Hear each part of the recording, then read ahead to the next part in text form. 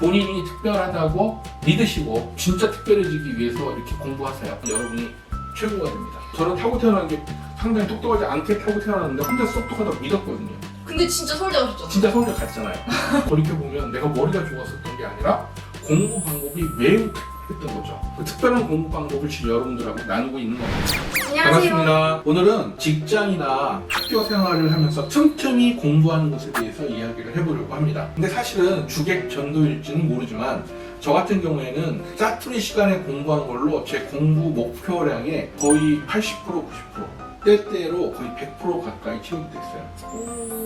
그러니까 집에 와서는 공부를 아예 안 하는 경우도 꽤 있어요. 특히 고3 때는 오히려 그랬어요. 그러니까 여러분들한테 이제 말씀드리고 싶은 거는 여러분들이 학생이라면 학교, 그죠? 그쵸. 직장인이라면 직장에서 여러 가지 일들을 하시잖아요.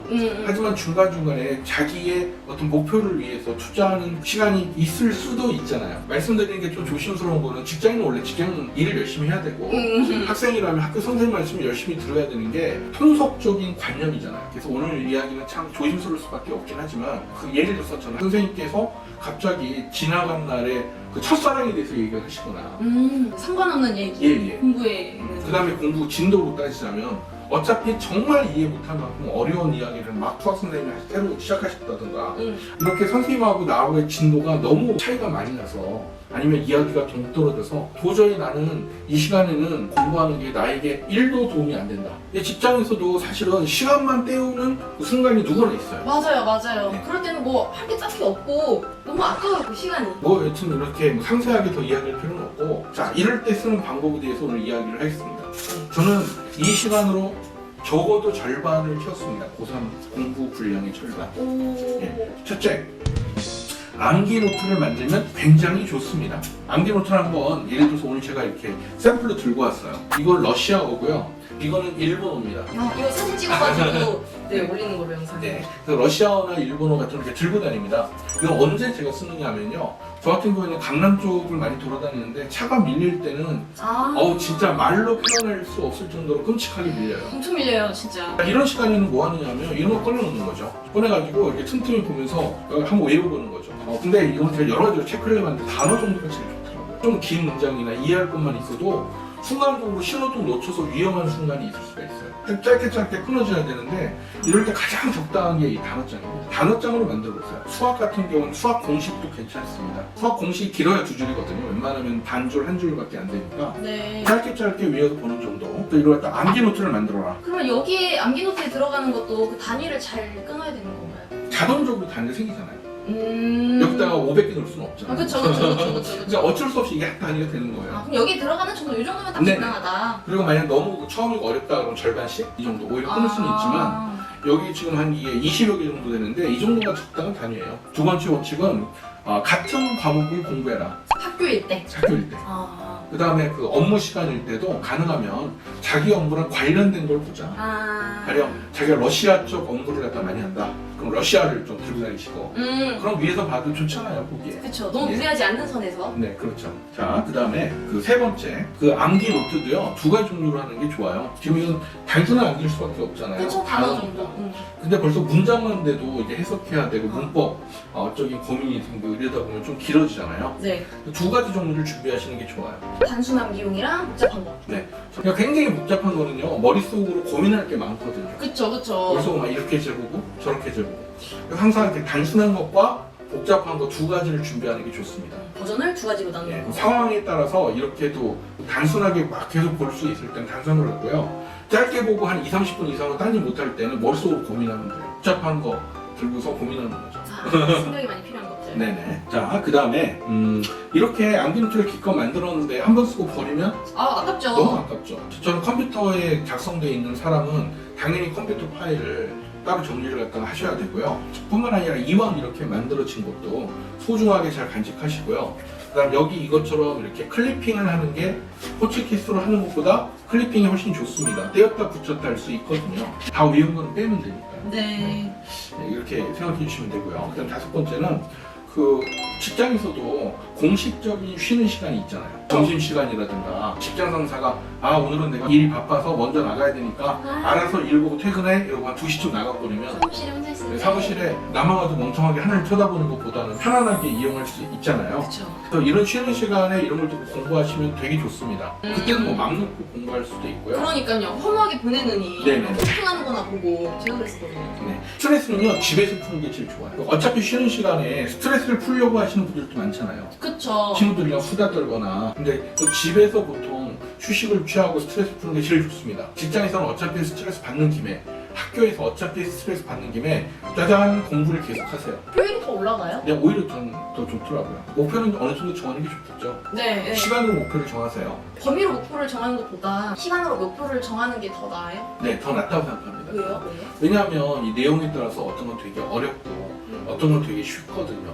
특히 예습 나갈 때는 자기가 이게 얼마나 어려운지 몰라요, 누구나. 아 그렇죠. 어떤 날은 너무 무리해서 많이 힘들고요. 어떤 날은 오히려 너무 쉬울 수도 있어서 또 그날 컨디션에 따라서 어떤 날은 컨디션 되게 안 좋잖아요. 아 맞아요. 어떤 날은 컨디션 되게 좋고 컨디션 안 좋은 날은 2페이지 나가는데 4시간 걸리고요. 머리가 안 들어가는 날이 있어요. 예, 컨디션 좋은 날은 되게 열심히 공부했는데 4시간 동안 10시간 분량할 수도 있잖아요. 그렇죠. 환경이나 상태에 따라 시간으로 정하는 게 훨씬 합리적이라고 생각합니다. 그래서 쉬는 시간을 잘 이용하시는데 이왕이면 집에서는 쉬시고 직장, 학교에서는 공부하는 데 집중하는 게 여러모로 관리하는 데 더 편하다는 말씀을 드립니다. 그 다음에 7번이 뭐냐면 여러분 이스라엘 이야기 아시죠? 이스라엘이 2000년 전에 우리 땅이었다 해가면서 아랍 민족들 사이에다가 나라를 만든 게 이스라엘이잖아요. 오. 근데 이 이스라엘 민족이 갖고 있던 게 선민의식이에요. 선민의식.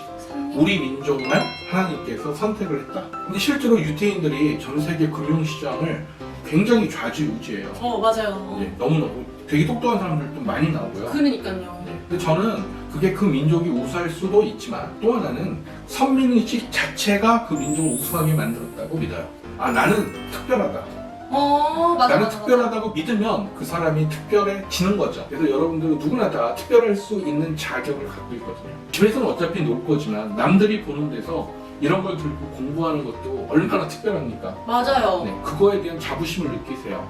그래서 제가 원하는 미래는요, 모든 사람들이 각자의 특별한 목표를 향해서 우연히 정말 운이 좋게 만든 이 모란모란 공부를 통해서 최소한 한 분야에서, 많게는 수십 분야에서 천재가 되는 걸 원하거든요. 근데 그 특별함은 본인이 만드는 겁니다. 그래서 이걸 이 유튜브를 시청하시는 분들께서는 부디 본인이 특별하다고 믿으시고 진짜 특별해지기 위해서 이렇게 공부하세요. 1년이 지나고 2년이 지나면 여기 암기 노트에 적기 시작한 그쪽 분야에서는 여러분이 최고가 됩니다. 저는 타고 태어난 게 상당히 똑똑하지 않게 타고 태어났는데 혼자서 똑똑하다고 믿었거든요. 근데 진짜 서울대 가셨죠? 진짜 서울대 갔잖아요.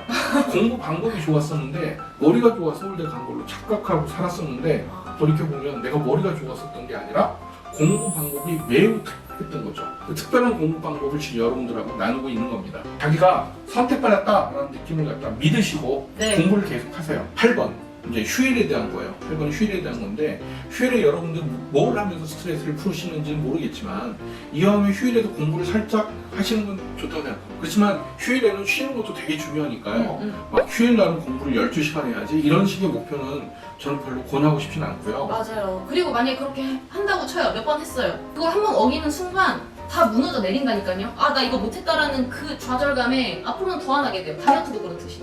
하여튼 현실 감각을 가지시고 만약 여러분이 너무 극단적인 상황이 몰려가지고 이거 아니면 죽겠다 싶은 분들은 당연히 열심히 해도 됩니다. 그렇죠. 하고 싶은 만큼 하는 거예요. 예, 그렇지만 그렇지 않은 경우에는 본인의 그 역량의 그릇을 아시고 저는 이제 개인적으로 일요일에도 최소한 4시간 하자가 목표였어요. 고3 때도 일요일날 4시간 이상 공부하는 게 별로 없었어요. 최대 6시간이 목표였어요. 왜냐면 6시간 이상 하면요 그 다음날 스트레스 받아서 공부가 잘 안 되더라고요. 저는 휴일날 너무 과도하게 그 목표를 세우지 마시고요. 추천드리는 거는 산책, 지하철 타기, 좌석버스 타기 이런 거 좋습니다. 그 산책하시면서 이런 거나 들고서 걸으시다가 좀 보다가 좀 걷다가 좀 보고 저는 이런 거 되게 좋아하거든요. 그 암기 노트는 휴일날에도 여전히 유용하다. 그 다음 9번 이제 오늘의 마지막인데요. 암기 노트는요 여러분 제가 오늘 러시아하고 이런 들고 왔지만 또 다양하게 준비할 수 있잖아요. 공부라는 거는요 여러분 그 밥을 먹는 것과 같습니다. 1년 360을 똑같은 메뉴로 먹는 게 정말 어려워요. 뭐 이런 식으로 다양한 과목이 필요한 거예요. 그래서 여러분들도 이렇게 언어뿐만 아니라요. 법학도 여러 가지거든요. 헌법이 있고 민법이 있고 형법이 있고 상법이 있고 이런 식으로 과학도 물리학이 있고 생물학이 있고 그죠? 지구과학이 있고 이런 식으로 갈리는 것처럼 여러 가지 과목이 있으니까 좀 가능하다면 우리가 다양하게 준비하시고요. 너무 다양하면 또 안 돼요. 제가 보기엔 적절한 거는 서너 개에서 최대 10개 정도라고 생각합니다. 너무 다양하면 진도가 너무 조금씩 나가가지고요. 그것 때문에 스트레스 받을 일이 생길 수 있거든요. 그래서 최소한 제가 권장하는 건 서너 개에서 4-5개가 좋습니다. 저는 이제 10개국 프로젝트를 시작하는데 이걸 저는 한 과목이라고 생각하거든요. 언어는 원래 한 나라 말 배우기는 어려워도 세 번째, 네 번째는 점점 쉬워져요. 요령도 생기고 여러분들도 반드시 여러 가지 반찬, 즉 여러 가지 과목에 이걸 준비하시는 게 좋습니다. 자, 이게 마지막 원칙입니다. 마지막 말씀드리는 거는 그 다양한 신체를 활용하는 게 하나만 활용하는 것보다도 좋은 것처럼 맞아요. 예, 우리 두뇌를 다양하게 활용하기 위해서는 다양한 과목을 준비해서 조금씩 준비하는 게 좋습니다. 그래서 마지막으로 또 하나 충고드리는 거는 난 너무 저건 못하니까 아예 포기할래. 예를 들어서 수학 포기하는 분들 많잖아요. 그쵸, 저처럼. 포기하지 마시고요. 수학도 조금씩 다른 반찬이다 생각하고 마음의 여유를 갖고 집어넣고 수학은 기초만 확실히 알자 이런 식으로 평범하게 목표 설정하시는 걸 권해드릴게요. 그래서 과목이 10개가 꼭 필수적이다. 그럼 10개 과목을 골고루 활용을 하시고 한두 과목은 전략적으로 키우는 이런 식으로 직장인들이라면 자기 그 직업 생활에 필요하다든가 자기가 이 직장 말고 따로 목표로 삼는 게 있다면 거기에 필요한 거 한두 과목 말고 다른 것들도 조금씩은 공부하시는 게 오히려 좋다고 생각합니다. 이 마지막 말을 마지막 충고로 이번 시간에 그렇게 드립니다. 네. 그러면 9가지로 정리를 하고 다음 시간에 또 다른 주제로 영상을 찍도록 하겠습니다. 안녕히 계세요. 네, 감사합니다.